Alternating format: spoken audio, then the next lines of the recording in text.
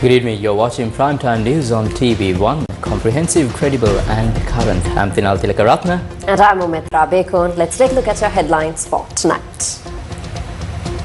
The headlines on Newsfirst. Sri Lanka warned of strongest El Nino in 75 years. Meteorology Department says 69% chance of historic El Nino event. Dry weather impacts 4 provinces as 68,000 face water shortages. Government rules out water cuts despite growing drought concerns. 22nd Amendment will not undermine people's sovereignty, says joint opposition. 50% vehicle import duty surcharge extended until 31st of December. Deadly flooding leaves 8 dead across Japan.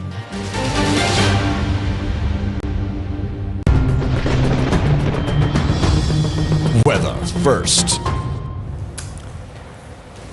In your top story, the Department of Meteorology says Sri Lanka could be facing its strongest El Nino event in 75 years, with international forecasts indicating a 69% probability of such a development. Director General of Meteorology Ajit Wijayamana said global climate models suggest that the El Nino phenomenon currently developing in the Pacific Ocean could become exceptionally powerful in the months ahead. Is El Nino the reason behind the unusually hot weather being experienced across many parts of Sri Lanka?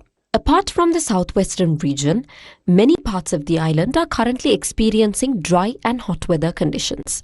Meteorologists say the El Nino phenomenon that is currently active is directly influencing these weather patterns.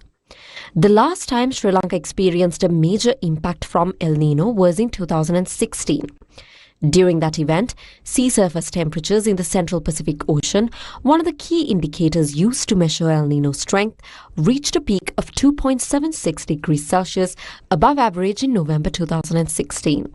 According to the latest data, temperatures in the Central Pacific have already risen to approximately 2.2 degrees Celsius above average. Forecasts issued by the Australian Bureau of Meteorology indicate that the phenomenon could intensify further, reaching around 3.4 degrees Celsius by November and 3.5 degrees Celsius by December. According to their records, an El Nino of such intensity has not been observed since 1900. So what is the position of Sri Lanka's Department of Meteorology? Global forecasts, particularly issued by the NOAA Prediction Center, indicate that the El Nino phenomenon is expected to strengthen further. Current forecasts suggest, with a probability exceeding 90%, that during October, November and December this year, El Nino is likely to become a very strong event. We use the Oceanic Nino Index to measure the strength of El Nino. At present, the value of the 3-month period covering May, June and July is around positive 1.4 degrees Celsius. We classify conditions as El Nino when the value exceeds positive 0.5 degrees Celsius. When it exceeds positive 1 degree Celsius, it is considered a moderate El Nino. While the latest 3-month period shows a value of 1.4, the assessment of El Nino strength requires a longer observation period. Therefore, although we cannot yet formally classify it solely on that number, there is currently a moderate El Nino in place. Although its impact on Sri Lanka has been somewhat limited so far, this phenomenon is already affecting various parts of the world in different ways. Could this eventually develop into a super El Nino? There is a 69% probability that the 2026-2027 El Nino event could become stronger than any El Nino experienced during the past 75 years. Could Sri Lanka experience drought conditions or flooding? We are not expecting a continuous drought, nor are we expecting continuous rainfall. What we anticipate is a combination of both weather extremes. During the remainder of August, rainfall is expected to be below normal in the northern, north central and eastern provinces, as well as in parts of Uva, including districts such as Monoragala. However, we expect periodic rainfall in the southwestern province, Sabargamua, the western province and districts such as Gaul, Madra, Kandy and Nuwara Eliya. Some parts of the northwestern province are likely to receive rain. Nevertheless, by early September, rainfall is expected to remain limited across most of the island. So when can Sri Lankans expect heavier rainfall and where? We expect rainfall activity to increase during the latter part of September. During October and November, we anticipate rainfall levels that exceed the long-term average for both months. The October-November rainfall period may continue into December and possibly into early part of January. However, during December and January, the northern, eastern and north-central provinces are likely to receive the highest amounts of rainfall because the northeast monsoon becomes active during that period. The strengthening of the northeast monsoon is one of the key impacts associated with this El Nino event, which is why we expect above normal rainfall in the northern, eastern and north-central regions. මේ වර්ෂේ වෙනකම් මේ වැව මැදට බහලා කතා කරන්න පුළුවන් කමක් තිබුණේ නැහැ. අලි ඊටන් ගිලෙන වැවක් මේක. මේ අවුරුදු ගානටම මේ කන්නේ තමයි මේ වැව මේ වගේ නැත්තටම හිඳිලාම යන කාලයක් උනේ. This is the Karadandara Vawa in the Monragala district.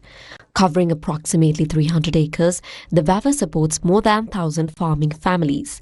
Today, however, its water level has fallen to less than a single acre of remaining surface water.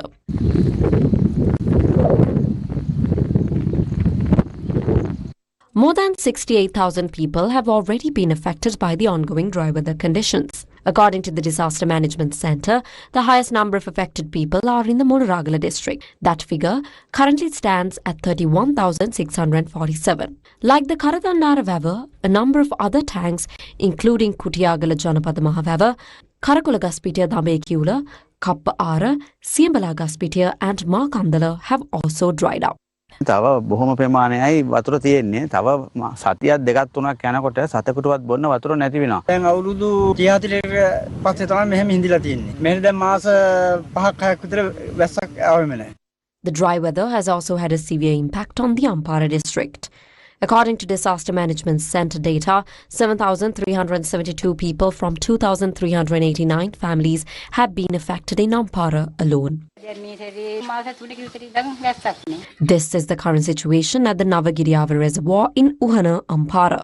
The Navagiriava Reservoir, which has a storage capacity of 53,000 acre-feet, has seen its water level drop to approximately 13,000 acre-feet.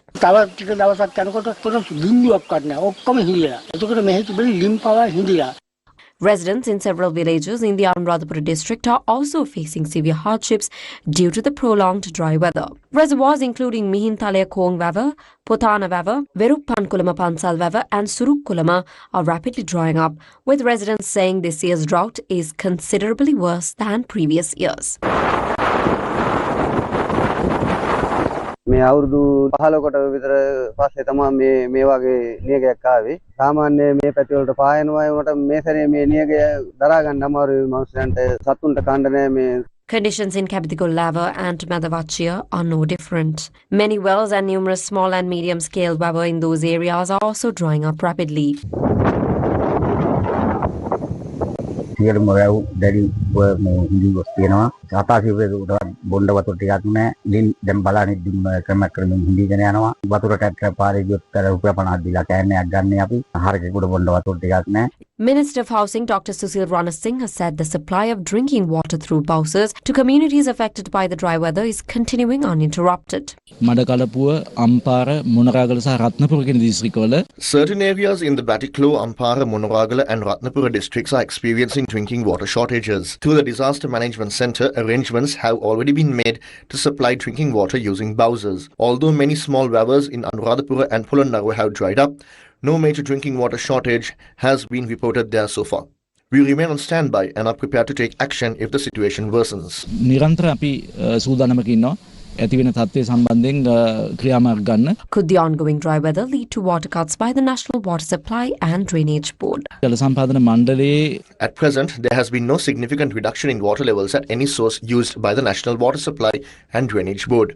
As a result, we have not had to impose water cuts anywhere due to the dry weather. In particular, reservoirs managed by the Department of Irrigation and those under the Mahavali Authority still contain sufficient water to support drinking water requirements. පානීය ජලයට ලබා ගන්න පුළුවන් මට්ටමේ වතුර ප්‍රමාණයක් තියෙනවා.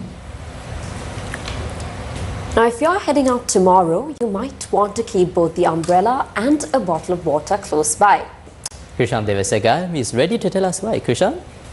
Thank you, Tinal and Ometra. Well, the reason for that is the fact that warnings have been issued that the most severe El Nino in over 75 years may come across Sri Lanka, and that there is a 69% chance of it happening. So we are always should be ready with an umbrella or a bottle of water at all times to keep ourselves hydrated and of course save us from the weather. So what does the weather forecast have for us in the next 24 hours? The Department of Meteorology says that dry weather conditions are expected to continue tomorrow across several parts of the country, particularly in the northern, north central, eastern and Uva provinces. Now, according to weather officials, the temperature felt by the human body is also continuing to rise in these regions, increasing the risk of heat-related discomfort and stress, particularly during the daytime. Now, when it comes to the wind, the Department of Meteorology has also issued a warning for strong winds and rough sea conditions in several coastal and offshore sea areas. The department states that wind speeds may increase at times in the sea areas extending from Matra to Potuil across Hambantota, as well as in the waters from Kankasantre to Chilau via Mana and Putlam. Now, authorities continue to urge the public to take necessary precautions against the hot weather conditions while requesting the fishing community and seafarers to pay close attention to the latest weather advisories before venturing out to sea. Thank you, Krishan. Now, moving on to more local news. Additional Solicitor General delivering justice remains an uphill battle unless stronger protections are provided to victims and witnesses.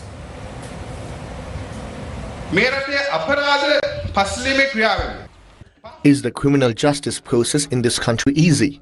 It is extremely challenging. Why is it so challenging? Because society does not stand with victims. In many cases, society stands with the criminals. After a period of time, people tend to forget the victim.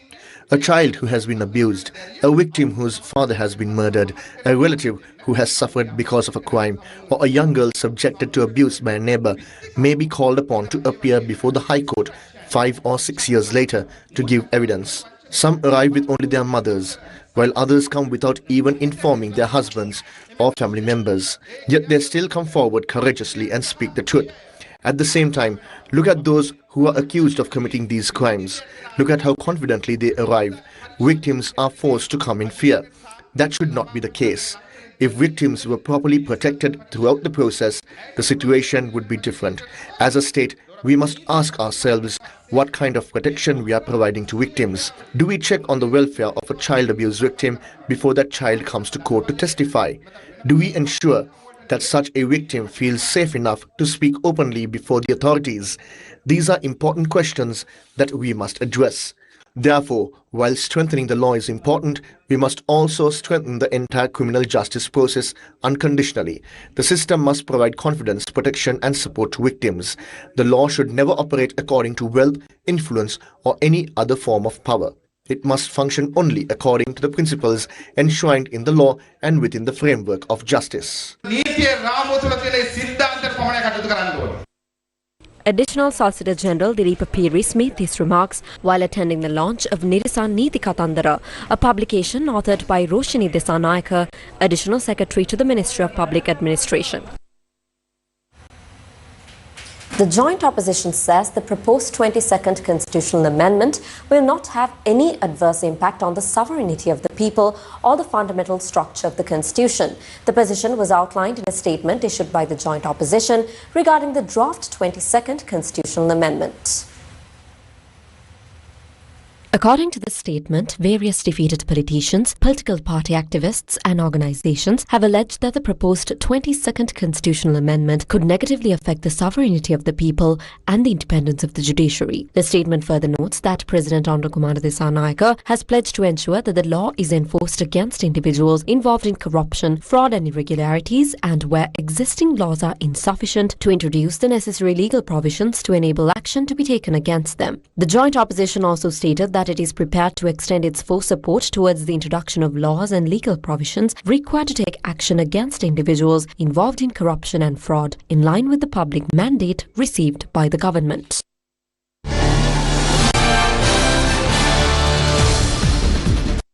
Representatives of the joint opposition handed over a memorandum to the Presidential Secretariat expressing their full support for the proposed 22nd constitutional amendment. Before coming to power, the government clearly promised both on election platforms and in its policy manifesto that it would take legal action against corrupt individuals and fraudsters, even if it meant introducing new laws. Now the opportunity to fill that promise has arrived. Since this amendment was introduced, we have seen various groups, including politicians rejected by the people at the elections, gathering at the residence of GL Pavis, calling themselves the joint opposition and issuing statements against it. We have seen the Samagi Janabalavegia doing so. We have seen various other groups doing the same. We have also seen the Bar Association taking a position against it. As the genuine joint opposition, we are extending our support to the President. We urge that this amendment be passed as soon as possible so that action can be taken against corrupt individuals. At all times, we must act not for personal interests but for the betterment of the people and the country. We also remember that there is another opposition in the country. That group has raised its hand in support of constitutional amendments on 4 separate occasions. What was the result of those 4 occasions? The country was pushed towards disaster. Now a 5th amendment has emerged and they are opposing it. Therefore, it is reasonable to conclude that just as their previous positions failed, their position on this amendment will also fail. They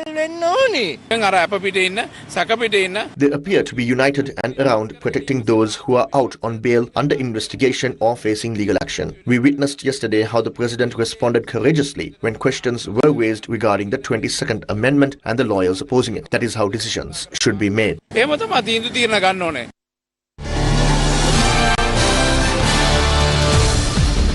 Former Supreme Court Justice C.V. Vigneshwaran held a press conference today to clarify matters regarding the 22nd Amendment to the Constitution.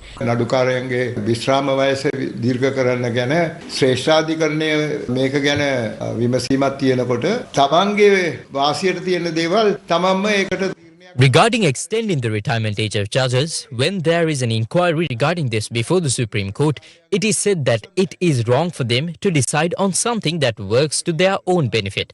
However, something similar has happened in the past. That is, a question arose regarding the income tax of the Supreme Court judges some time ago, when it was argued that those in the Supreme Court should not pay income tax and that they should be granted an exemption. The Supreme Court ruled that no. Supreme Court judges must also pay income tax, so they have previously made decisions even against their own personal interest. Therefore, when they examine this matter, we cannot say that they will make a decision in a biased or wrong way. Furthermore, this isn't something brought forward by the Supreme Court judges. The 22nd Amendment was brought forward by the Parliament. Earlier, when I raised questions, there were reports that only the Chief Justice would benefit from it, which is why I opposed it. But that is not the case now. Now, everyone in the Court of Appeal and the Supreme Court will benefit from this. I believe that having them work for an additional 2 years is beneficial for the country.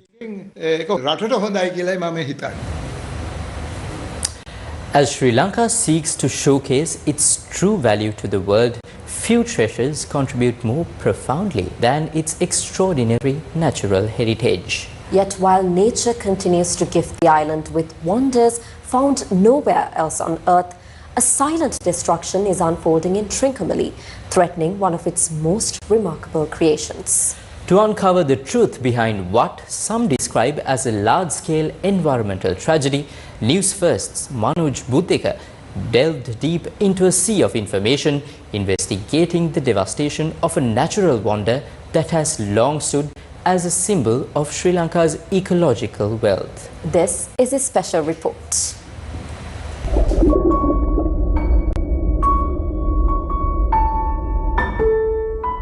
අපි මේ කතාව ඔබට මේ විදිහට ගොඩබිම ඉඳලා කියන්න සූදානම් නැහැ. ඩයිනමයිට් තහනම් පුපුරන ද්‍රව්‍ය නිසා අතිශය සංවේදී කොරල් පර පද්ධතියකට එවැගේම තමයි සංචාරක ශේෂ්ත්‍රයට දීවර කර්මාන්තයට මේ සමස්ත සංවේදී පරිසර පද්ධතියට සිදුව තිබෙන හානිය මුහුද පතුලට ගිහිල්ලා රූපවාහිනී මාධ්‍ය කණ්ඩායමක් විදිහට ඔබට මේ දැවැන්ත සංහාරයේ සජීව තොරතුරු කියන්නට මේ ප්‍රශ්නය පිළිබඳව කතා කරන්නට අපි අද සූදානම්.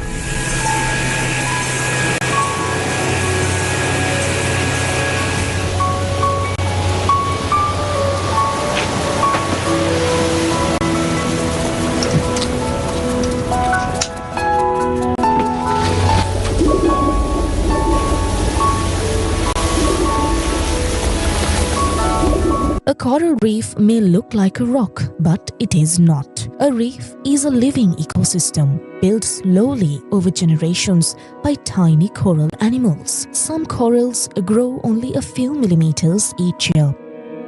Coral reefs are sometimes called the rainforests of the sea. They support an extraordinary variety of marine life. For coastal communities, they are also far more than an environmental asset. They are an economic lifeline. Healthy reefs support fisheries. They attract divers and other visitors from around the world. They contribute to tourism revenue and foreign exchange. And they help protect coastlines by absorbing part of the energy generated by waves and storms.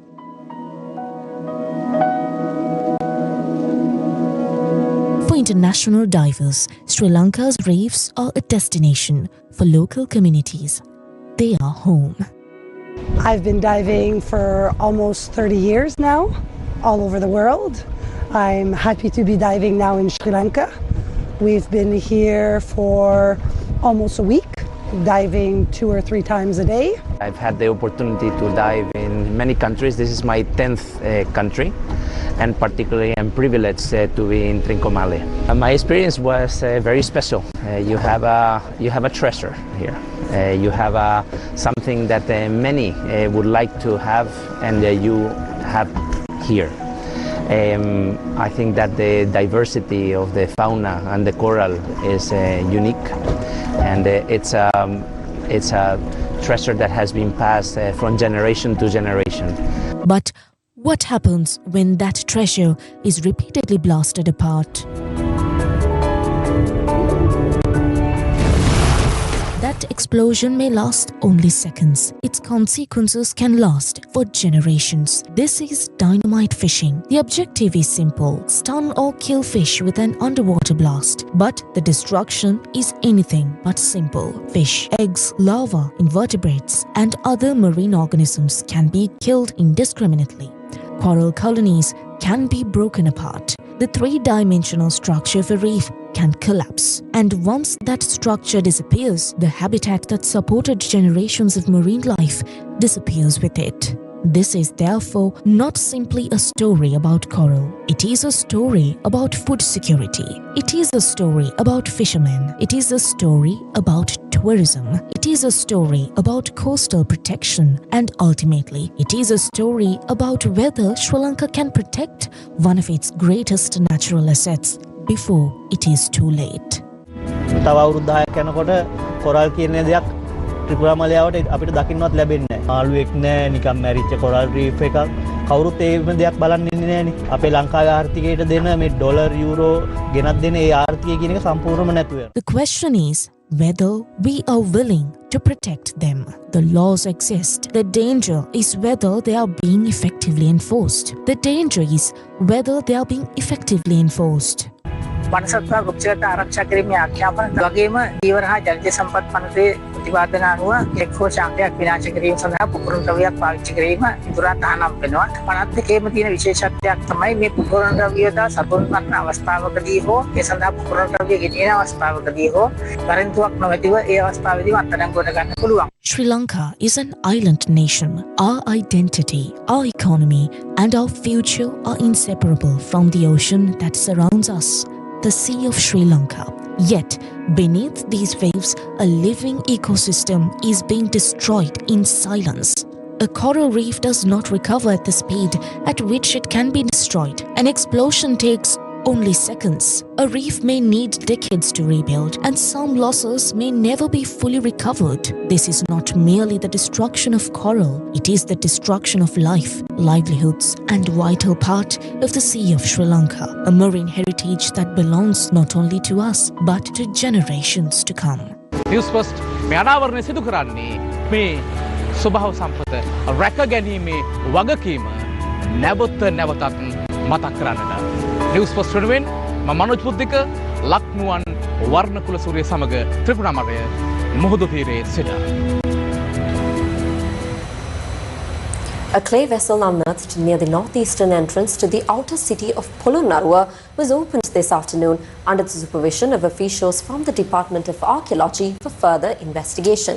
Senior Professor of Archaeology at the University of Kelaniya, Prashant Gunawardana, said the vessel, which measures approximately 1.5 feet in diameter and around 1 foot in height, was opened to conduct further investigations into materials placed inside it.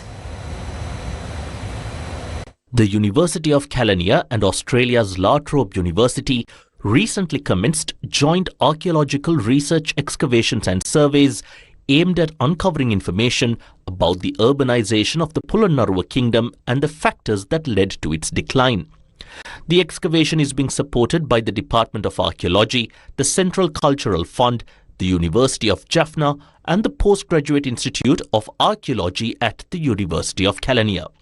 Professor Prashant Gunawardana said the excavation also uncovered the remains of several other clay vessels. Meanwhile, another research excavation conducted at a mound identified using LiDAR technology near the Nelumpokuna in Polonnaruwa has uncovered the brick foundation of an ancient building, several pieces of roof tiles and the remains of several old nails. The excavation is being carried out as the fifth phase of a research project on the urbanization of ancient Polonnaruwa, which commenced in 2024. Professor Prashant Gunawardana said GPR, or ground penetrating radar technology, along with the LiDAR drone technology, is being used to identify buried archaeological remains of the ancient Polonnaruwa kingdom. Previous excavations and surveys have revealed that the open land in front of King Parakramabahu's palace and the council chamber in Polonnaruwa was once a water garden. මේ පෞර පිළිබඳ ඓතිහාසික සංස්කෘතික සැකස්ම පිළිබඳ අපේ අවධානය යොමු වුණා. මේ කැණීමේ ප්‍රතිඵල හැටියට දැනට අවදි දෙකක තොරතුරු පමණ අපිට දැනට මතුවලා තිබෙනවා. මේ මැටි භාජනයේ ඒ අනුව මේ මැටි භාජනය තුල යම්කිසි ආකාරයක භස්ම අවශේෂ තැන්පත් කර බවක් අපිට දැක ගන්න ලැබුණා. කුඩා අස්සි කැබලි කීපයක් අපිට සොයා ගන්න ලැබුණා. මේ පිළිබඳව අපි වැඩිදුරටත් විද්‍යාගාර පරිශීලන ලක් කිරීමට බලාපොරොත්තු වෙනවා. Polonnaruwa, Sri Lanka's second ancient kingdom, existed from 1070 to 1215 AD. Its inner city is home to structures built by great monarchs, including King Vijayabahu I, King Parakramabahu the Great, and King Nisankamalla. A 50% surcharge imposed on customs duties levied on imported vehicles has been extended until the 31st of December 2026. The surcharge was introduced on the 16th of May with the aim of reducing the amount of foreign exchange spent on vehicle imports. The Minister of Finance initially imposed the surcharge for a period of 3 months. The initial 3-month period was scheduled to conclude tomorrow. Moving on, the war in the Middle East may be unfolding thousands of kilometers away, but its economic shockwaves are now being felt across Sri Lanka. According to the Central Bank of Sri Lanka's latest monetary policy report, the country's external sector came under considerable strain during the first half of 2026, pushing the current account back into deficit after 3 consecutive years of surpluses. Now, the report attributes much of the pressure to the escalating conflict in the Middle East, which drove global oil prices sharply higher, increased import costs, and weakened tourism performance.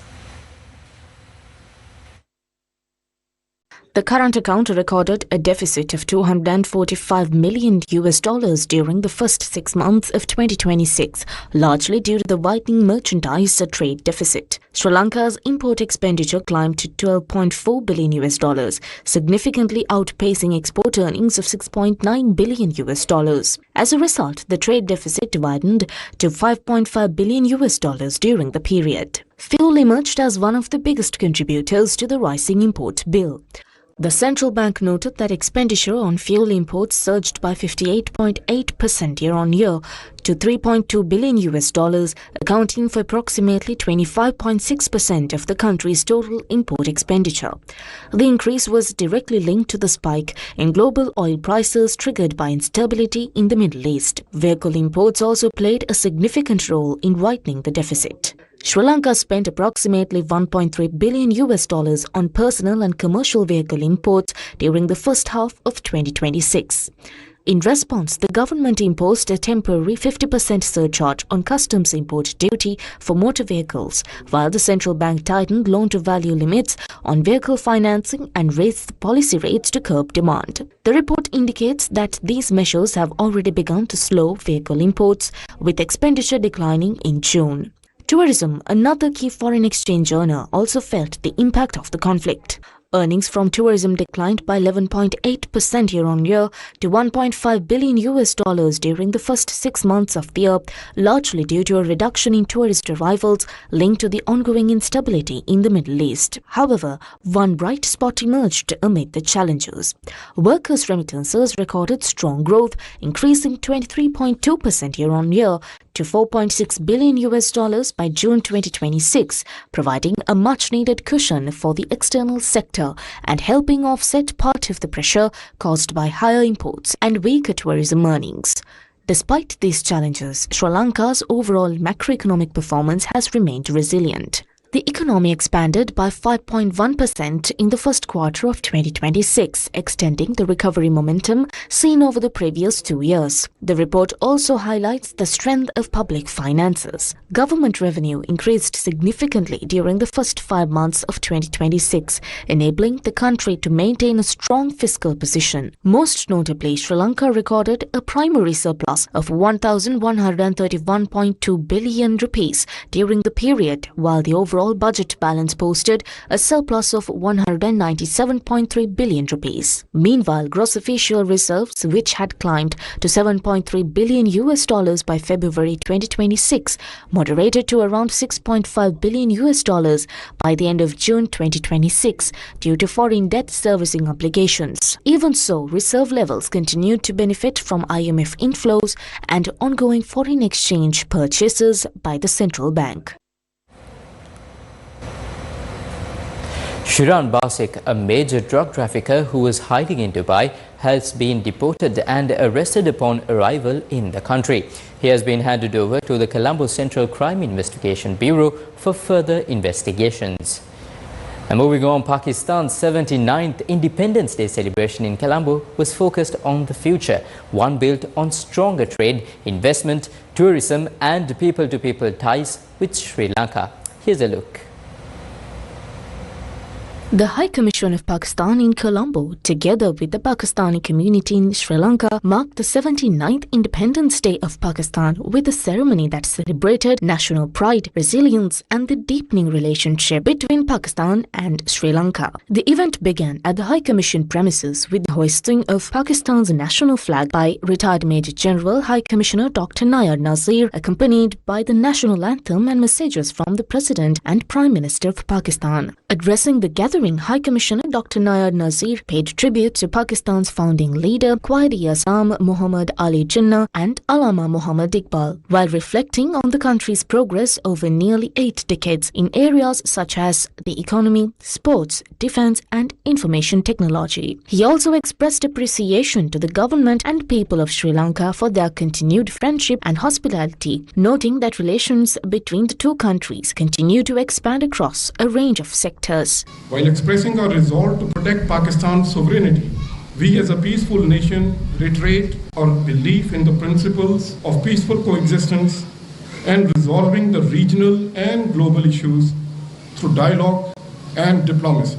As we celebrate Pakistan's Independence Day here in Colombo, it is essential to acknowledge the deep-rooted friendship that exists between Pakistan and Sri Lanka. Our two nations share not only diplomatic ties, but also a profound cultural affinity and historical connections. This camaraderie is reflected in our collaborations across various sectors such as trade, education, and defense, enhancing the bilateral relationship and contributing to the prosperity of both nations. I would like to express my gratitude to the government and people of Sri Lanka for their continued support and friendship. Your unwavering hospitality has made the Pakistani community feel at home, and for that we are truly grateful. Let us celebrate not just the history of Pakistan, but also the promising future that lies ahead. May the bond between Pakistan and Sri Lanka continue to flourish, bringing mutual benefits and shared prosperity to our nations. The Pakistan-Sri Lanka relationship is time-tested, long-lasting and unconditional. Long live Pakistan-Sri Lanka friendship. The ceremony also featured a diplomatic presence and was attended by Sri Lankan dignitaries, members of the diplomatic corps, business leaders, media representatives and members of the Pakistani diaspora. What happens when 5 unique artistic minds come together under one roof? The result is not just an exhibition, but a conversation in colour, creativity and imagination. Here's a look. And P. Vimalratna. We 5 artists have turned our imaginations, feelings, dreams, deep thoughts, nature, essence of nature and human experiences into shapes and colours, not only with the brush, with all our heart. We hope that our art speaks to your heart and soul and stays with you. Each artist brings a unique voice to the gallery space, creating a dynamic visual conversation that explores contemporary Sri Lanka through different lenses, emotions and artistic interpretations. While every collection stands independently with its own identity and character, together they form a compelling narrative about creativity, individuality and the evolving landscape of Sri Lankan art. Veteran photographer Stephen Champion's solo exhibition is now on display at the Harold Peary's Gallery as part of the Art Rock Trail in Colombo and Galle. A solo exhibition by veteran photographer Stephen Champion is being held at the Harold Peary's Gallery as part of the Artra Trail in Colombo and Galle. Curated by Artra magazine, the exhibition explores the humour, eccentricities and resilience found in everyday Sri Lankan life. Champion, who has lived and worked in Sri Lanka for decades, captures the relationships between people, places and changing landscapes. While his work has also documented the country's civil war and its social realities, this collection focuses on the lighter and more unexpected moments of everyday life. Artful magazine founder and editor-in-chief Azara Jalil says the exhibition highlights how humour and resilience have shaped the Sri Lankan experience. So this is Pardon the Interruption, an exhibition of Stephen Champion's work that is presented as part of Artra Trail that is taking place across Colombo and Galle. This particular exhibition in fact highlights the spiritedness and charming oddities and eccentricities of the Sri Lankan people. Stephen Champion is he's a seminal photographer who's been living in Sri Lanka for the past 40 years, but has been practicing for the last 50. While his work documents and much more known for the brutality that Sri Lanka underwent during the period of the Civil War is much spoken of, and in fact something that we also highlighted inside this group exhibition we had earlier this year as part of Artful Trail. This particular collection is astounding for in that backdrop of socio-political realities. He also captured the oddities that characterize everyday life. And in fact, Stephen and I, when we put this exhibition together, it was very evident that the resilience of people was also highlighted very much in their humour. The exhibition continues for the next 2 days alongside a series of Artra Trail events featuring contemporary Sri Lankan artists.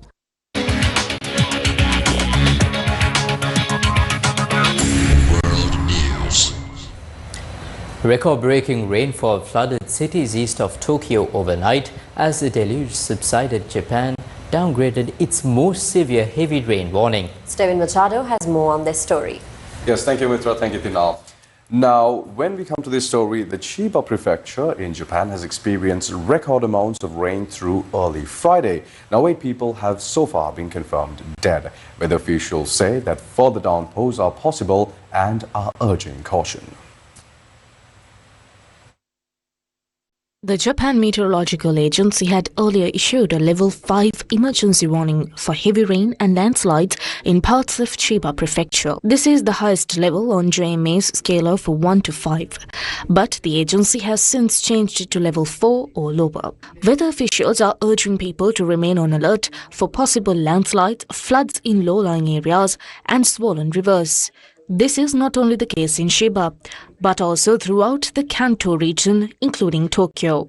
Chiba Prefecture held a meeting of its disaster response headquarters on Friday morning. The extent of the damage is yet to be confirmed, so local authorities are working together to assess the situation. The heavy rain has also affected a major airport serving the Tokyo area. The operator of Narita Airport in Chiba Prefecture said that around 7,000 people were stranded overnight.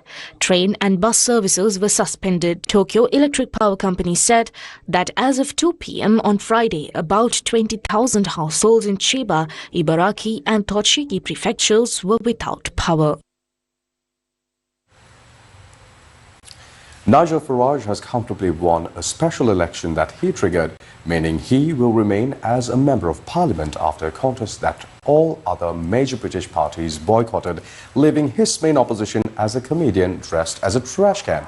Farage, a leader of the populist hard-right Reform UK party, was ultimately re-elected by substantial margin, winning 22,239 votes, which is 1,000 more votes than he won in the 2024 general election. Now, his main opponent in the by-election, Count Binface, a self-described intergalactic space warrior, won a creditable 9,455 votes, indicating the presence of a considerable anti-Farage vote in one of the most leading right-leaning areas of Britain. A parliamentary investigation into Nigel Farage has resumed hours after he won the Clacton by-election. Farage's decision last month to trigger the by-election paused the parliamentary investigation into whether he should have declared £5 million he previously received from a party donor upon his election as an MP in 2024. Farage has argued that the sum did not require declaration as it was given to him as a personal gift. This morning, the website of Parliament Standards Commissioner has been updated to confirm that the probe is no longer suspended. However, the timings for what happens next is unclear. Parliament is not due to return from its summer recess until next month. MPs on the investigation typically have to respond to written questions from the Commissioner and can be asked to attend a formal interview. The Commissioner does not tend to confirm when or if this has happened.